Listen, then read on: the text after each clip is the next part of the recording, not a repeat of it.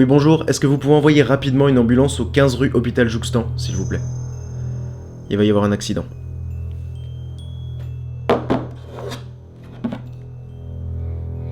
Je suis sur le point de faire une connerie. Une grosse connerie. Jusqu'à maintenant, j'ai parlé de films pas forcément excellents, pas forcément mauvais, que j'aime bien ou que j'aime pas, mais pour lesquels j'avais au moins un minimum de compassion. Mais aujourd'hui... nique la compassion. Je m'apprête à parler d'un des films que vous m'avez le plus recommandé. Et même si je m'étais juré de jamais en parler et que j'aime pas bien changer d'avis, eh ben j'ai changé d'avis. Alors aujourd'hui, comme dit l'expression... on va remuer le couteau dans la plaie. Et comme je sens que cet épisode va m'épuiser, j'ai décidé de le tourner assis. Ah. Le film s'ouvre sur un logo pâté... Attendez! J'ai un petit truc à vous dire.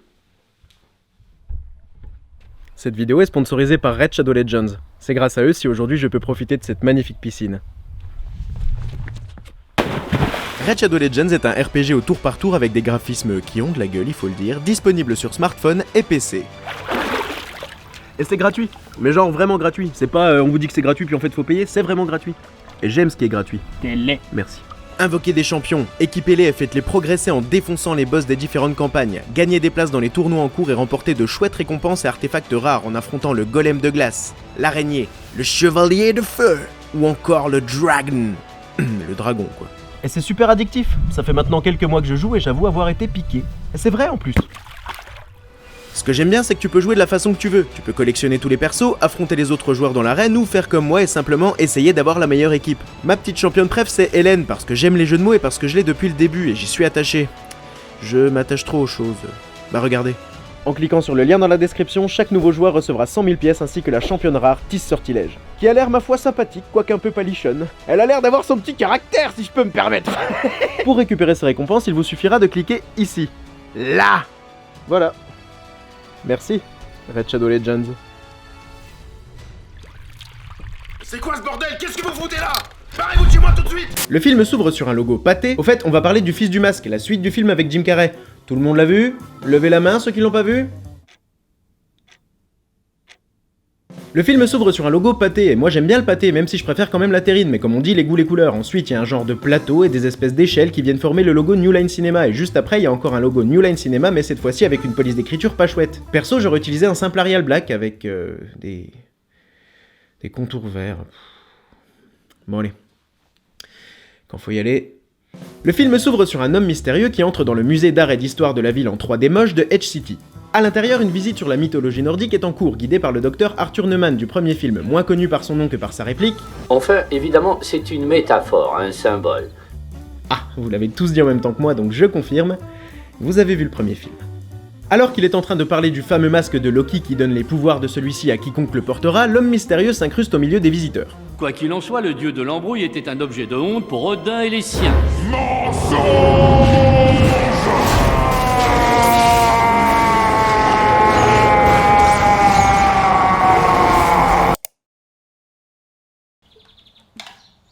Non, stop! Pas maintenant. Si à chaque truc de merde présent dans ce film, tu fais une chanson, cette vidéo sera une comédie musicale et je garde ça pour un épisode sur High School Musical. L'homme mystérieux, qui est en fait Loki himself, se transforme en Super Loki qui pue la merde, s'empare du masque, s'aperçoit qu'il s'agit d'une contrefaçon taïwanaise, le jette à la gueule du docteur Neumann qui dit « Loki met le visage du docteur à la place du masque, ce qui n'a pas l'air de l'inquiéter plus que ça. Où est passé mon corps? La sécurité arrive, Loki les dégomme avec des faux flingues en forme de fausses mains géantes, il sort un jeu de mots nul. Merci, vous tombez bien. Se casse en faisant la tornade et le film peut enfin commencer. J'ai déjà envie de dégobiller, quoi. Un chien ressemblant fortement à Milo du premier opus trouve le masque de Loki dans une rivière et se barre avec en direction de la ville de Fringe City, située à 400 km au sud-ouest de Edge City. Une information dont on se bat royalement les couilles. On les aime bien quand même, ces gens-là, c'est le titre du prochain film avec Christian Clavier qui... On y rencontre Tim, accompagné de sa copine Tania, en train de parler des saloperies de gosses d'un couple dont on ignore l'identité et qu'on ne reverra jamais. Oh, Capitaine Caleçon, attention, il va en avoir besoin. Mais voir le Capitaine Caleçon en slip, eh ben, ça lui donne pas tellement envie d'avoir des enfants intimes. À tel point qu'il en a des cauchemars absolument dégueulasses que je vous recommande de ne jamais montrer à vos enfants au risque de leur faire faire des cauchemars absolument dégueulasses qui ne leur donneront pas envie d'avoir d'enfants. Lorsqu'il revient à lui, Tim est en train de se taper un petit Mario Kart sur Game Boy Advance SP. Et comme vous l'avez déjà sûrement remarqué, dans les films, il y a plusieurs façons de montrer des gens jouer aux jeux vidéo, que l'on peut classer par niveau. On a d'abord le niveau 1, la façon réaliste, le niveau 2, ce qu'on peut voir régulièrement au cinéma. Allez, vas-y. Et bah le fils du masque a choisi le niveau 3. À chaque fois. Jamais personne n'a tenu une Game Boy comme ça, bordel de bite! Et il y a aussi le niveau 744. World of Warcraft! Milo, qui est en fait le chien de Tim et qui s'appelle Otis, rentre enfin de sa petite promenade et lui donne le masque. Ce qui le laisse complètement indifférent. Alors que, bah, c'est le masque de The Mask, c'est quand même mortel. Putain, cette indifférence me donne envie de prendre un verre d'eau et de...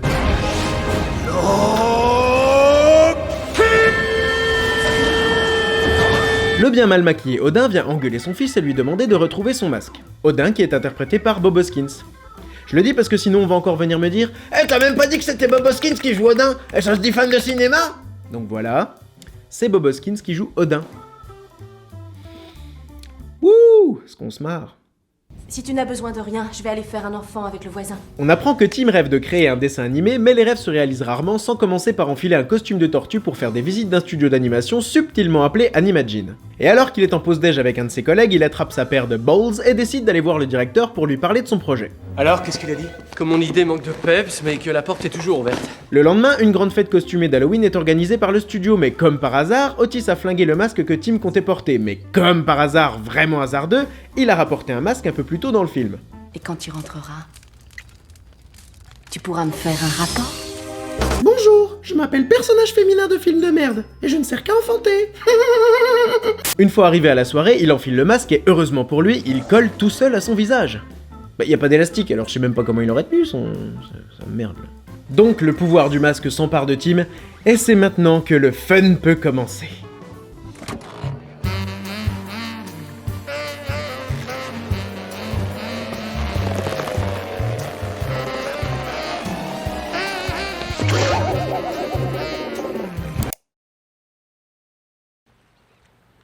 Non. Bon, ce costume est vraiment moche. Et pas seulement moche, mais pas ultra pratique non plus, puisque l'acteur n'arrive même pas à parler avec son putain de dentier en plastique. À tel point que j'ai l'impression que ces répliques ont dû être enregistrées en post-prod. Avec une voix de merde. Don't you just love Halloween? Mais moins merdique qu'en VF. Toi, t'as l'air d'adorer Halloween. Putain, mais cette voix, mais... Demandez à n'importe qui de faire une voix de con, une fois sur deux, vous allez avoir un truc du genre « Ah, bonjour, je suis un connard !» Bref, la chose pénètre dans ce qui semble être la soirée la plus pétée de l'univers, sérieux, même une soirée sur le thème de l'ennui serait plus fun. Il pose les yeux sur une ravissante jeune femme qui n'a rien demandé à personne, la force à enfiler une tenue plus légère et l'envoie auprès de son collègue parce que les scénaristes se sont rappelés que leur personnage principal était déjà casé. Dieu soit loué! Il s'aperçoit à son tour que dans cette soirée ça roupille et décide de secouer tout ça en montant sur scène afin de mettre encore plus de meufs en petite tenue et de ruiner la chanson Can't Take My Eyes Off You dans plusieurs genres musicaux. You're just too good to be true. Can't take my eyes off you. You feel like having a touch. I wanna hold you so much. I love you, baby. Don't bring me down, I pray. Oh, pretty baby. Now that I found you, stay and let me love you. Stay. Une fois avoir terminé de casser les couilles de tout le monde, il se barre, ça valait bien le coup d'aller à cette soirée si c'était pour y rester 30 secondes, rentre chez lui et fait la chose à sa femme qui ne remarque pas que son mec a une putain de perruque en plastique sur la gueule. Et d'autres parties de son corps vachement plus souples si vous voyez ce que je veux dire. Et là vous êtes en train de vous dire, putain ça fait quand même pas mal de temps que je suis sur les chiottes là. Non, enfin vous êtes en train de vous dire que c'est déjà bien trop pourri et que ça peut pas être pire.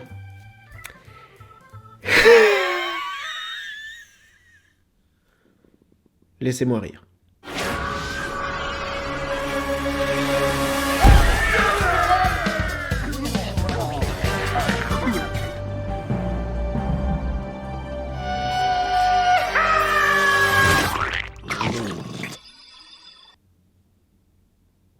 Ne montrez vraiment pas ce film à vos enfants. Papa, c'est quoi ça? Ah, ça, c'est ce que papa donne à manger à l'essuie-tout depuis que maman s'est cassée avec José. C'est du foutre. Le lendemain, grosse gueule d'ub pour le petit Timmy qui ne se rappelle de rien, mais tous ses collègues, eux, le félicitent d'avoir ruiné une soirée nulle. Et juste après que ce mec-là se cogne la tête parce que les deux blaireaux prennent tout le couloir, Tim est convoqué chez Daniel Moss, le directeur de la boîte, lui aussi présent à la soirée. Il semble avoir été charmé par le masque et souhaite engager Tim pour qu'il en fasse un dessin animé. T'as envie de venir avec moi au premier étage, hein, vieux? Quand tu sais que tu vas jouer dans un si grand film, tu pourrais au moins te passer un petit coup de ciseau dans les sourcils et les naseaux. Tim rentre chez lui annoncer la nouvelle à sa femme, et sa femme annonce une nouvelle à Tim. Elle est enceinte, et à peine le temps de le dire que BAM! C'est un garçon, il s'appelle Alvis, c'est le fils du masque et il est déjà entouré de tout un tas de crétins qui pensent que mettre un masque autour du cou les protège. Alors que Loki trouve cette fois-ci une contrefaçon pakistanaise de son masque, c'est pas de chance, Papounet Odin prend possession du corps d'un antiquaire, parce qu'il peut faire ça, vient encore l'engueuler et lui apprendre qu'un enfant est né du masque. Retrouve le bébé, et tu retrouveras le masque. C'est vrai. Le truc con, c'est que Tim, il l'a paumé le masque, donc il arrive pas à trouver des idées cool pour son dessin animé. Bon, je sais très bien qu'il faut pas dire qu'un bébé est moche, hein.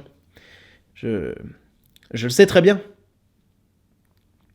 Je le sais, oui.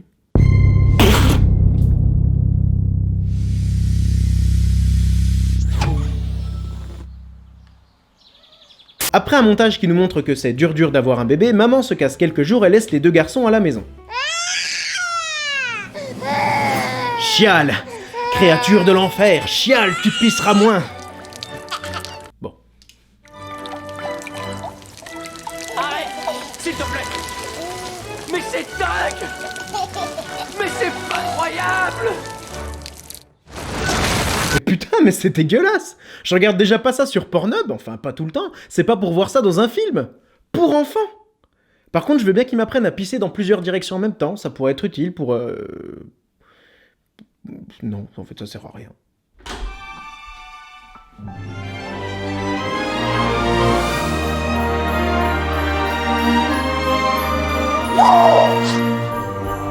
Alors, papa, essaie de dire ça. Papa. Ta mère. Ok, fous-moi ça dehors.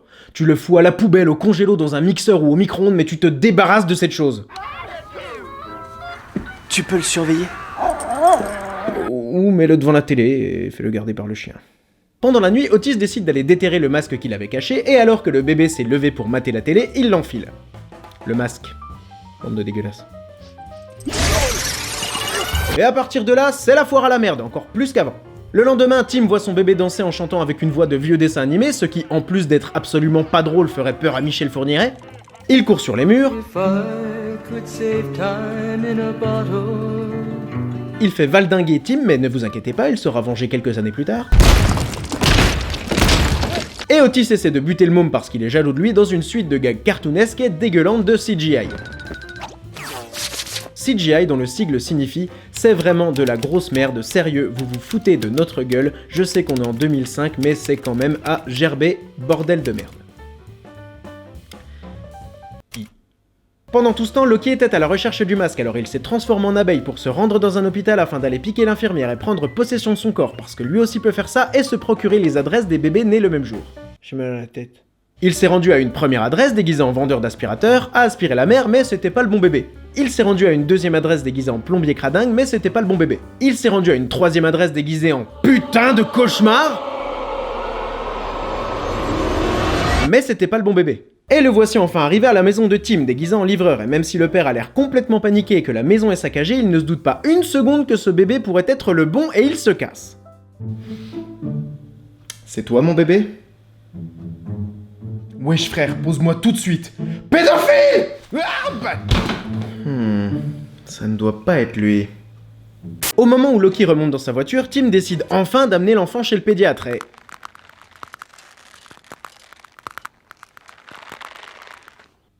Bon, ça suffit.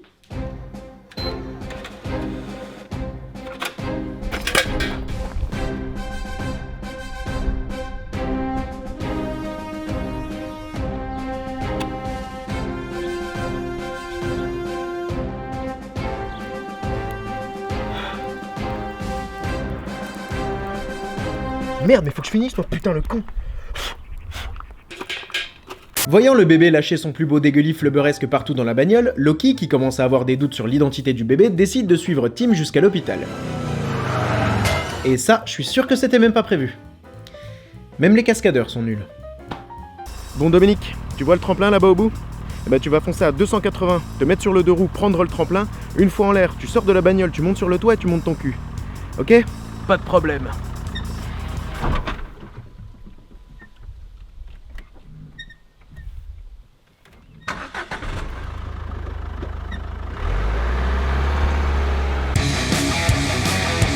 Dominique Cascade. Je me présente, Loki, dieu de la malveillance. C'est ça, et moi c'est Tim, je suis le dieu des bébés déments et je suis pressé. Un bébé né du masque, mon masque. Alors où est-il? Oh, ça explique pourquoi il pisse tant que ça. Non. Alors qu'il est sur le point de tuer Tim, Loki se fait interrompre par son père qui gueule une fois de plus son prénom. Loki! Il court après Tim, mais sur le plan d'après, il court plus parce qu'il pensait faire une entrée stylée. Je suis un beau gosse. C'est très impressionnant. Il lance une grosse grenade sur Tim, Alvi fait un bouclier pour le protéger, Odin vient encore gueuler sur son fils, lui retire tous ses pouvoirs, le condamne à un exil sur Terre et Alvi lui casse la tête. Après ça, Tim arrive en retard à une réunion avec une chaîne de télé qui pourrait potentiellement acheter son futur dessin animé, mais heureusement, il a de bons arguments pour se défendre. Bah... Mais qu'est-ce qu'il fait? Y'a ta mère qui a appelé. Elle est enceinte et c'est toi le père. Bah... C'est quoi déjà la lettre qu'il y a avant le B? Bah... J'arrive plus à retrouver le site que tu m'as montré tout à l'heure, je vais regarder ton historique. Bah... Y'a plus de bière dans le frigo. Plaisante pas avec ces choses-là. Il se fait alors mettre à la porte et décide d'appeler sa femme pour lui raconter les événements de ces derniers jours. Alvi et moi on s'est fait courser par un certain Loki. Mais... c'est sans importance. Mais... Quoi? S'ensuit un montage musical plutôt mignon, soyons honnêtes, grâce à la sublime chanson Somewhere Over the Rainbow interprétée par Iz, qui, je suis sûr, serait ravi de savoir que sa reprise se trouve dans cette purge. Mais ce moment de calme prend vite fin quand SDF Loki se pointe dans la chambre du bébé pour invoquer papa grâce à une formule magique parce qu'apparemment tout le monde peut invoquer Odin en disant « Eh Odin, recolle ta barbe, maquille-toi mal et ramène ton petit boule en balançant des éclairs STP !» Ce serait vraiment n'importe quoi. Papa Odin est gentil, il accorde une dernière chance à son fils de retrouver le masque et lui redonne ses pouvoirs. Espérons qu'il en fasse bon usage.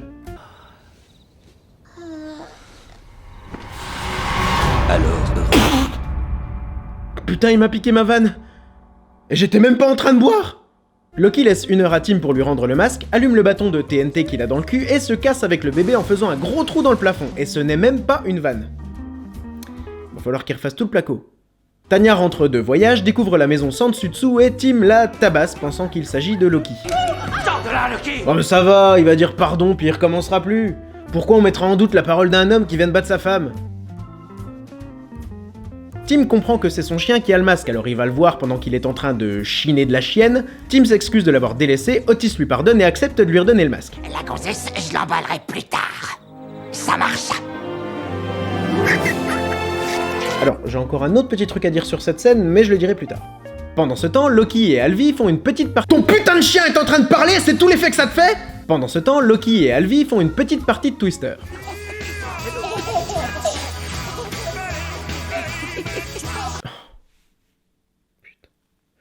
Bon, je sais très bien que la blague de « Eh, les scénaristes, ils ont pris de la drogue ou quoi ?» a déjà été bien trop faite. Mais n'empêche que j'arrête pas de m'imaginer l'état dans lequel ils devaient être quand ils ont écrit toute cette merde. Et d'ailleurs, grâce à mon super portail temporel hors champ, je vous propose d'aller voir ça tout de suite.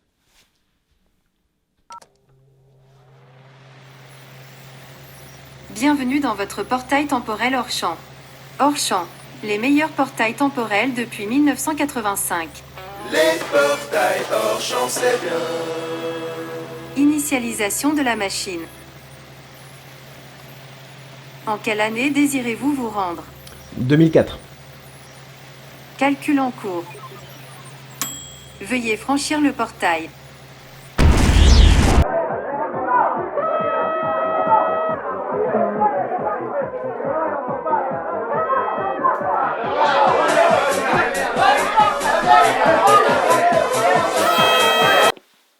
Oui?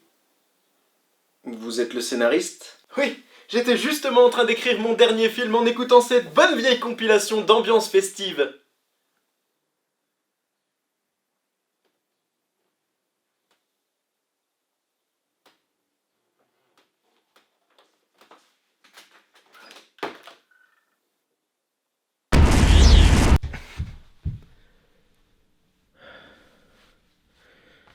Autant pour moi.